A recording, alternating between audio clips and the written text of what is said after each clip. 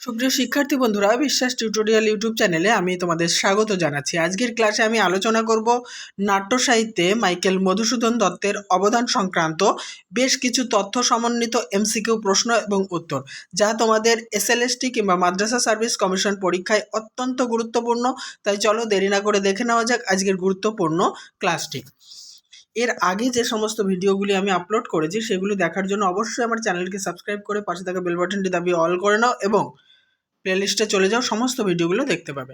দেখো, কাব্য সাহিত্যে যেহেতু মাইকেল মধুসূদন দত্ত সম্পর্কে আমি বিস্তারিত আলোচনা করেছি, বংশ পরিচয়, পিতা মাতা সমস্ত সম্পর্কে, এই জন্য আমি ডাইরেক্ট এখন নাট্য সাহিত্যে মাইকেল মধুসূদন দত্তের নাটকগুলিকে এবং প্রহসনগুলিকে আলাদা আলাদা ভাগ করে আলোচনা করছি। প্রথমেই আমরা আলোচনা করব পৌরাণিক নাটক সম্পর্কে। প্রথম পৌরাণিক নাটক শর্মিষ্ঠা 1859 খ্রিস্টাব্দে প্রকাশিত হয়। এই নাটকটির কাহিনী মহাভারতের আদি পর্বের শর্মিষ্ঠা দেবযানী যযাতির কাহিনী থেকে নেওয়া হয়েছে। এতে কালিদাসের শকুন্তলার প্রভাব রয়েছে। নেক্সট পৌরাণিক নাটক পদ্মাবতী 1860 খ্রিস্টাব্দে প্রকাশিত হয়। গ্রিক পুরাণের গল্প অ্যাপেল অফ ডিসকর্ড অবলম্বনে এই নাটকটি রচিত। এতে অমিত্রাক্ষর ছন্দের প্রয়োগ লক্ষ্য করা যায়। পরের নাটকটি হচ্ছে সুভদ্রা। এর সাল তারিখটি পাওয়া যায়নি, তো তোমরা যদি কেউ জেনে থাকো অবশ্যই কমেন্ট বক্সে লিখে জানাবে। সুভদ্রা নাটকের বিষয় হচ্ছে মহাভারতের উপাখ্যান। এই নাটকটি নাট্যকার সম্পূর্ণ করে যেতে পারেননি, মানে অসমাপ্ত নাটক এটি। পরের যেটি রয়েছে রিজিয়া, এটি একটি ব্যাখ্যাহীন নাটক। এই নাটকটি লেখার পরিকল্পনা করেও মধুসূদন লেখেননি। এই নাটকের যে সমস্ত চরিত্রগুলি ছিল, জুনো, ইন্দ্রাণী, প্যালাস হয়েছিলেন মুরলা, ভেনাস রতি, প্যারিস ইন্দ্রনীল, হেলেন পদ্মাবতী।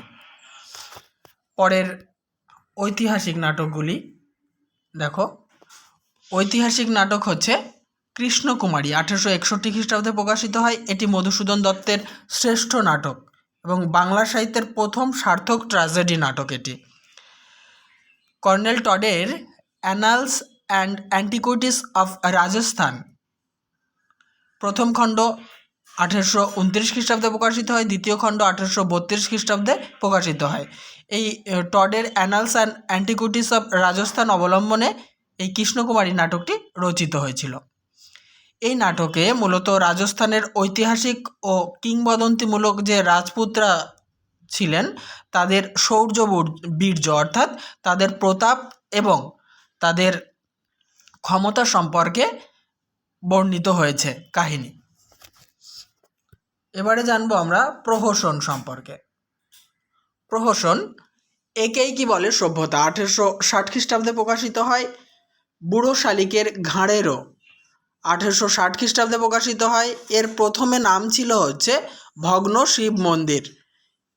এই বুড়ো শালিকের ঘাড়েরও এই প্রহসনটির প্রথম নাম ছিল ভগ্ন শিব মন্দির।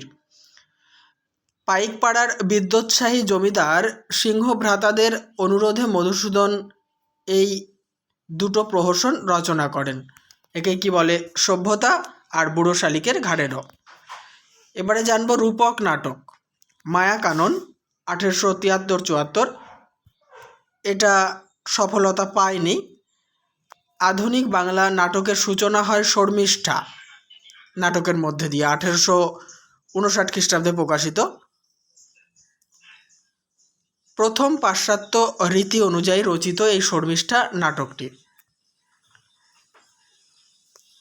নাট্যকার মধুসূদন দত্তের অসমাপ্ত নাটক যেটি, সেটা হচ্ছে বিষ না ধনুর্গুণ।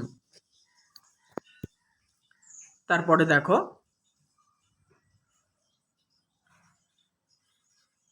শর্মিষ্ঠা নাটক সম্পর্কে কিছু কথা।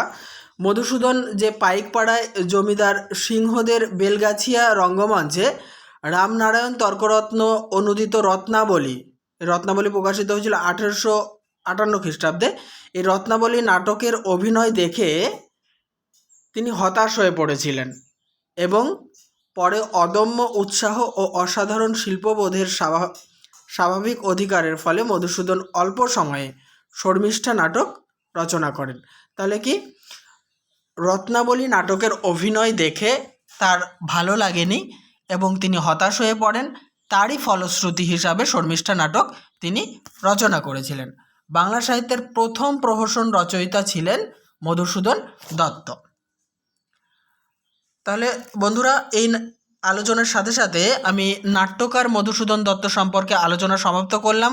আর এটার সঙ্গে সঙ্গে তোমাদের সিলেবাসের যে সমস্ত নাট্যকারগুলি রয়েছে তাদের সম্পর্কে আলোচনা কিন্তু আমি ইতিমধ্যেই করে দিয়েছি। অবশ্যই আমার চ্যানেলের প্লেলিস্ট থেকে সমস্ত আলোচনা সম্পর্কে দেখে নিতে পারো।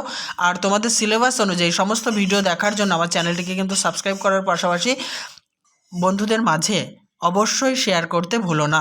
আর কেমন লাগছে আলোচনা অবশ্যই কমেন্ট বক্সে লিখে জানাবে। পরের একটি ভিডিও নিয়ে খুব তাড়াতাড়ি উপস্থিত হব তোমাদের সামনে। দেখতে থাকো, সঙ্গে থাকো বিশ্বাস টিউটোরিয়াল ইউটিউব চ্যানেলটি।